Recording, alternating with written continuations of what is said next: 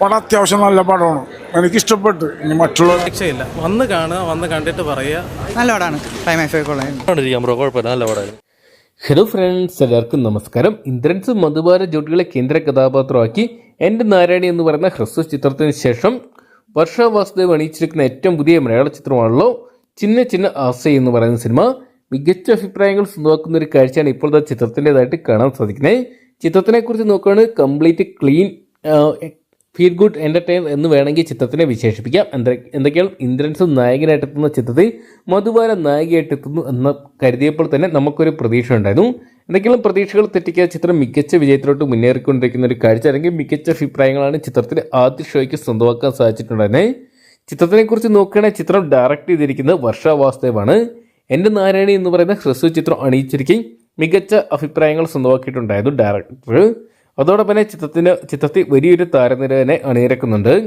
അപർണ ബാലമുരളി, വിഷ്ണു അഗസ്ത്യ, തമ്പി രാമയ്യ, കാളി വെങ്കട്, ജാഫർ സാദിഖ്, സായി ജന്നി തുടങ്ങിയവരാണ് ചിത്രത്തിൽ മറ്റ് കേന്ദ്ര കഥാപാത്രങ്ങളായിട്ട് എത്തുന്നത്. ബാബുജി ഫിലിംസിന്റെ ബാനറിൽ അഭിജിത്ത് ബാബുജിയാണ് ഈ സിനിമ നിർമ്മിച്ചിട്ടുള്ളത്.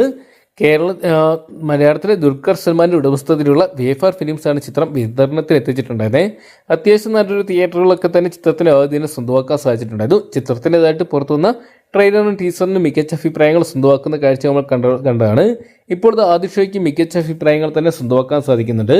വാരണാസിയിൽ ഒറ്റപ്പെട്ടു പോകുന്ന മധുബാല അവതരിപ്പിക്കുന്ന കഥാപാത്രത്തിലൂടെയാണ് ചിത്രം കഥ പറഞ്ഞു പോകുന്നത്.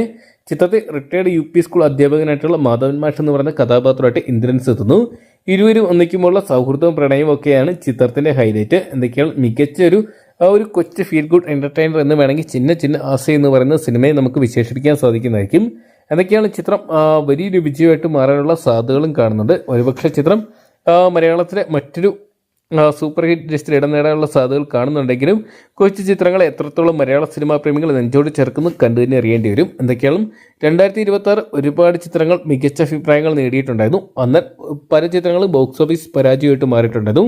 എന്തൊക്കെയാണ് കാത്തിരിക്കാൻ ചിന്ന ചിന്ന ആസൈക്ക് മികച്ച അഭിപ്രായങ്ങൾ നേടി ബോക്സ് ഓഫീസിൽ മികച്ച വിജയം നേടാൻ സാധിക്കുമെന്നൊക്കെ അറിയാൻ വേണ്ടി അപ്പോൾ ചിന്ന ചിന്ന ആസൈ എന്ന് പറയുന്ന ഇന്ദ്രൻസ് മധുബാല ചിത്രം നിങ്ങൾ കണ്ടിട്ടുണ്ടെങ്കിൽ സിനിമയെക്കുറിച്ചുള്ള നിങ്ങളുടെ വലിയ അഭിപ്രായങ്ങൾ കമൻറ്റ് ബോക്സിൽ പങ്കുവെക്കുക. ഏറ്റവും ലേറ്റസ്റ്റ് സിനിമാ വിശേഷങ്ങൾ അറിയാൻ വേണ്ടി ഇപ്പോൾ തന്നെ ചാനൽ സബ്സ്ക്രൈബ് ചെയ്ത് നോക്കുക.